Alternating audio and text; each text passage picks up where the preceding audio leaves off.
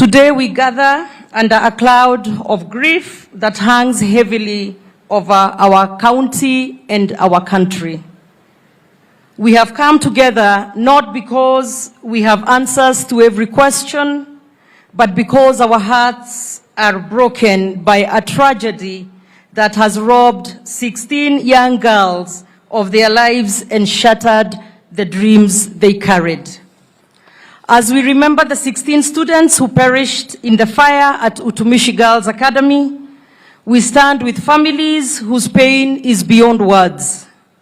No parent expects to outlive their child, and no mother carries a daughter for 9 months, nurtures her, sacrifices for her education, and dreams of her future only to receive the devastating news that she will never come home again. To the parents and guardians gathered here today, and to those mourning in their homes across the country, we share in your sorrow. We may not fully understand the depth of your pain, but we want you to know that you do not walk this difficult journey alone. Nakuru County, and indeed the entire nation, mourns with you. We also remember the teachers and staff of Utumishi Girls. Many of you dedicated yourselves every day to guiding, protecting, and mentoring these children. And today, you also carry not only grief, but also trauma, difficult memories, and painful questions. Please know that we stand with you and appreciate the burden that you bear. To the students who survived and to the friends of those we have lost, your pain is real. The empty desks, the silent dormitories, the missing laughter of your classmates will remain painful memories and reminders of this tragedy. We pray that God grants you comfort, healing, strength at this very difficult time and days ahead. As we gather in prayer today, we also remember those who remain in hospital, receiving treatment. We pray that God's healing hand rests upon them, that He may strengthen the doctors, the nurses, and caregivers attending to them.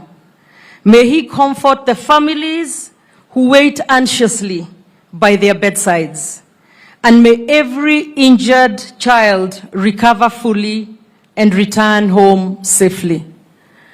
Let me also acknowledge the loss of one of the mothers to the students at Utumishi Academy, and the student is Chepto from Form 3, whose mom passed on in a very tragic accident on the way to the school early that morning, going to pick up her daughter, and her husband is still hospitalized.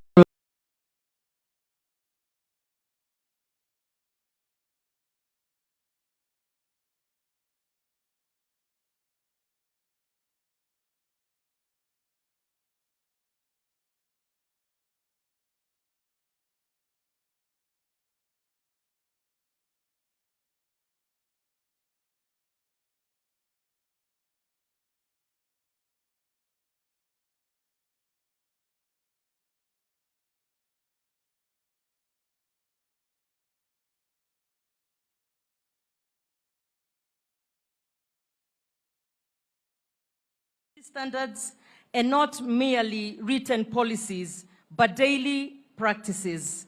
School infrastructure, emergency preparedness, fire safety equipment, regular inspections, and clear response mechanisms must become priorities, not afterthoughts. Parents, too, have a role to play. The value we teach at home matters. The conversations we have with our children matter.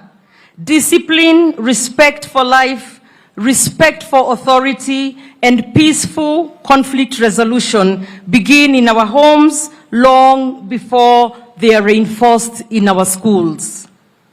At the same time, we must confront an uncomfortable reality as a nation. We are witnessing increasing cases of unrest, indiscipline, and destructive behavior in some of our learning institutions. Reports indicate that more than 204 schools, over 4,000 students have been affected by closures and disruptions arising from unrest. This should concern every Kenyan. We cannot ignore the influence of the environment in which our children are growing up. They observe us, they listen to us, they imitate what they see.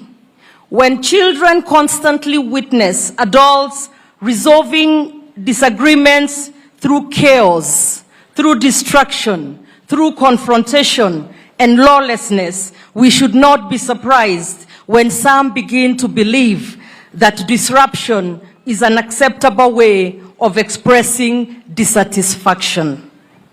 This is not a political statement, it is a call for collective reflection. Leaders across all sectors, political, religious, educational, and community leaders must recognize the example we set for the younger generation. We must model restraint, responsibility, respect, and constructive engagement even when we strongly disagree. Perhaps the time has come for a serious national conversation involving parents, teachers, religious leaders, policymakers, and young people themselves. We must ask difficult questions about discipline, values, mental health, social influences, leadership, and the kind of society we are building for our children. If there is any lesson we can draw from this heartbreaking moment, it is that protecting our children is a shared responsibility. It belongs to all of us. Today, however, our foremost duty is to honor the 16 young lives plus the mother lost that we have lost. Though their time on earth was brief, their memories will remain in the hearts of their families, classmates, teachers, and communities forever. May we honor them not only with our tears, but also with our commitment to build safer schools, stronger families, and a more responsive society. May God comfort every grieving family. And to the families, let me leave you with Psalm 34, verse 18. The Lord is near to the brokenhearted, and he saves those who are crushed in spirit. May he continue to comfort you in this very difficult time of grief. I would be remiss if I did not respond to the senator and let her know, in case she was not aware, that the first fire engine at the scene and the fire engine that put out the fire and stopped it from spreading further, was from the Nakuru County government. The anti-stock theft department got there first, and they immediately called us to have our fire engine at the school. So I would hope you would get your facts right before alluding with such inaccuracies. Let me now proceed to call the Cabinet Secretary for Education, and hopefully he will also tell us what going forward needs to be done so that we are not mourning even an additional single life going forward. Asante. May God comfort the grieving families. Thank you.